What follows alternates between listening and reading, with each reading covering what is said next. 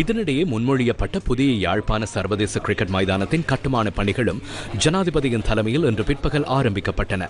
மண்டைத்தீவில் அமைக்கப்பட உள்ள முன்மொழியப்பட்ட புதிய யாழ்ப்பாண சர்வதேச கிரிக்கெட் மைதானத்துக்கான அங்குரார்ப்பண நிகழ்வில் அமைச்சர்கள், பாராளுமன்ற உறுப்பினர்கள், இலங்கை கிரிக்கெட் நிறுவன அதிகாரிகள் உள்ளிட்ட பலரும் பங்கேற்றிருந்தனர்.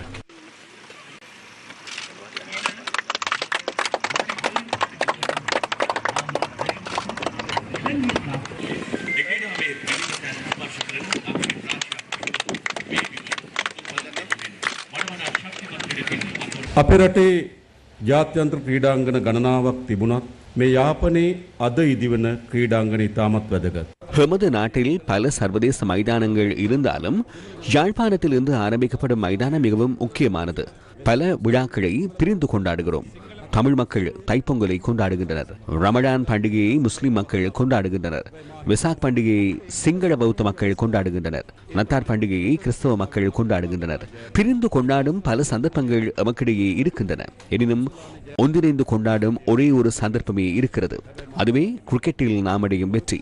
1996ஆம் ஆண்டு உலக கிண்ணத்தை நாம் வென்ற சந்தர்ப்பத்தில் நாட்டில் யுத்தம் நிலவியது.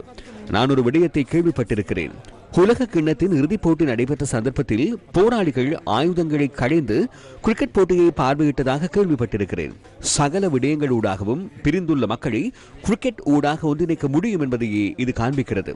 எனவே இந்த கிரிக்கெட் மைதானம் மிகவும் முக்கியமானது.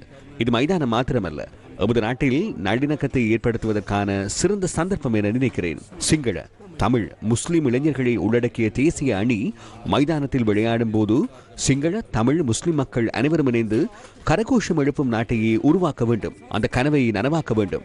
இன்று விளையாட்டுடன் பொருளாதாரமும் பின்னி பிணைந்துள்ளது. வடமாகாண மக்களுக்கு கலாச்சார ரீதியாக புதிய வலயம் ஒன்று ஏற்படுத்தி கொடுக்க வேண்டும். நினைவிற்கொள்ளுங்கள், இந்த மைதானம் நமது நாட்டின் திருப்பு முனையாக அமையும். இந்த வருடம் டிசம்பர் மாதம் மைதானம் புனரமைக்கப்பட்டு முதலாவது போட்டி விளையாடப்பட உள்ளது. யாழ்ப்பாணம் சர்வதேச கிரிக்கெட் மைதானத்தில் எதிர்வரும் 3 ஆண்டுகளில் முதலாவது சர்வதேச போட்டி விளையாடப்படும். අවුරුදු 3ක් ඇතුළත පළමු ජාත්‍යන්තර තරගය මෙම යාපනයේ ක්‍රිකට් ක්‍රීඩාංගණයේ